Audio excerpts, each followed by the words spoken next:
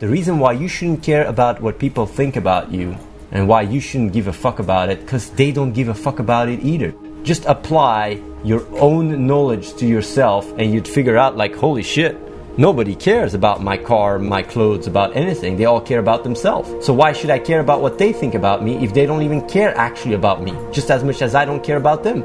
It's just broken logic.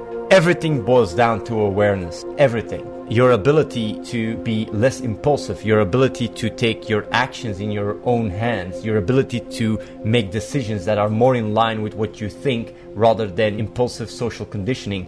Awareness is what defines your ability to be able to process this information that I'm giving you right now and putting it into practice. So awareness is a cornerstone of being human. And the problem is that awareness is way too much being cannibalized on because we act and we behave in certain ways that goes against ourselves. This is just a simple theory. When you look at your brain, your awareness, your consciousness, it's just waves. That's it. It's neurons firing and creating waves. And waves can either resonate with each other and enhance each other, or they can dissonate and cancel each other out. Now, if you have a brain with several neural networks that are sending waves, to put it that way, and you're the expression of that, then as a human entity, a human being, what you want is you want to expand what you are. And if certain neural circuits are going against each other, you want to reduce that. When you look at your brain waves, they're actually canceling each other out. And what you want to do is you want to expand, you want to grow. And as a result, if you have two different IDs living coexisting, you will try to reduce one ID and impose the other one on top of it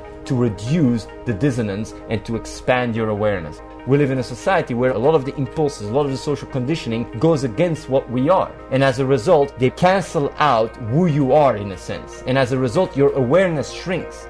But as you find a certain balance and you find a way to have those different neural networks work with each other in a stable and in a fulfilling way, you expand on a physical sense your awareness. If you hear an entire stadium playing music in a certain tempo, it sounds amazing. But if there is one guy there making a stupid sound or whatever, it will disrupt your experience. And the same boils down to even what you are in a very concrete sense. This is just my interpretation of what I've read in psychology and neuroscience and applied on my understanding of quantum mechanics and science. So awareness is the manifestation of what you are in a very physical sense. And the more you are coherent with yourself, the bigger your awareness becomes. Isn't that beautiful?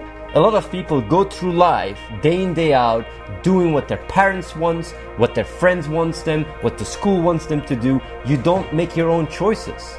And then you're 18 or 19 or 20 years old and it's time for you to actually start your life, and you don't have trained the ability or the capacity to actually take your own life in your own hands. You haven't learned to take initiative. You only have learned to walk in the footsteps of other people, and you haven't learned how to think for yourself. The system is not designed to teach you what to do. The system is designed to fabricate zombies, robots. That's what it is. On one end, people go and say like, you have to be free and freedom of this and freedom of that. And on the other hand, they teach you how to fit in and to just be mindless consumer zombies. The best time is when you are a student and your parents are still taking care of you. Take that time to figure out stuff for yourself, to get experience, to learn things, and then you will be successful at life. But no, you go to school, you go to university, what do you learn? You gotta party, you gotta drink, you gotta have fun. Depending on where you live, you get a very big bill. Then you're done with university. If you're good, you graduate. And then you have to, pay 30, 40K? You're basically starting your life with a big, fat debt. For what? I'm not saying you can become anything without school. I'm saying you can become anything with the right mindset. And the right mindset is more important than school. If I want to work for CERN, for example, of course I have to become a PhD in physics. But if I have the right mindset, I'd be much better in shape to do so than if I'm just following social conditioning and I don't really know what to do with my life. So it's important to understand when I talk about school and I say like university and school is not the most important thing and there is more important things, it's not because I'm saying that school and university is complete redundant. I'm just saying if you don't know what to do and you're just going to school with the wrong mindset, you will be in front of some crazy surprises once you finish school. Doing what other people tell you, social conditioning, doing what your parents tell you, your teachers tell you, is not gonna make you succeed in life. put that really good in your head. It is not enough anymore. Maybe 30 or 40 years ago it was enough, but the time has changed. The world is so much more competitive. It's ever changing.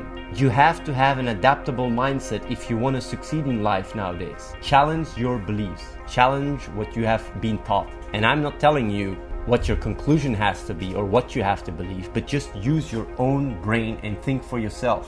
What do I want to do now? What is my passion?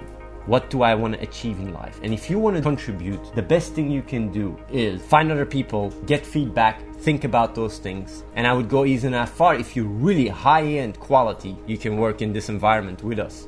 And that's not working for me, it's working with me. So you do your own thing, I do my own thing, and we're just here to contribute to each other. Someone that every day in his life tries to make a difference and is open-minded and thinks about it in the most efficient way and do it in a rational way, not an emotional one. Those are the kind of people that are too rare in this world. Don't go through your life on autopilot, because at a certain point you'll be in front of a cliff. You'll actually drive over the cliff, and while you're falling, you go like, but I was driving and took the directions people gave me. It's your fault that you're driving off the cliff, bro. It's your fault you're driving to the cliff as well. At every single point in time, you could think for yourself, but the problem is they don't teach you that.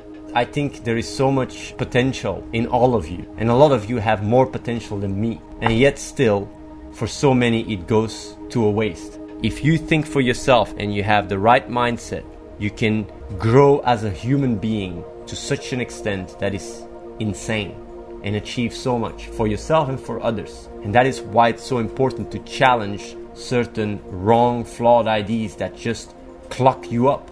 Just like malware that is running on a PC. Get rid of that. Think for yourself, think clear, and grow.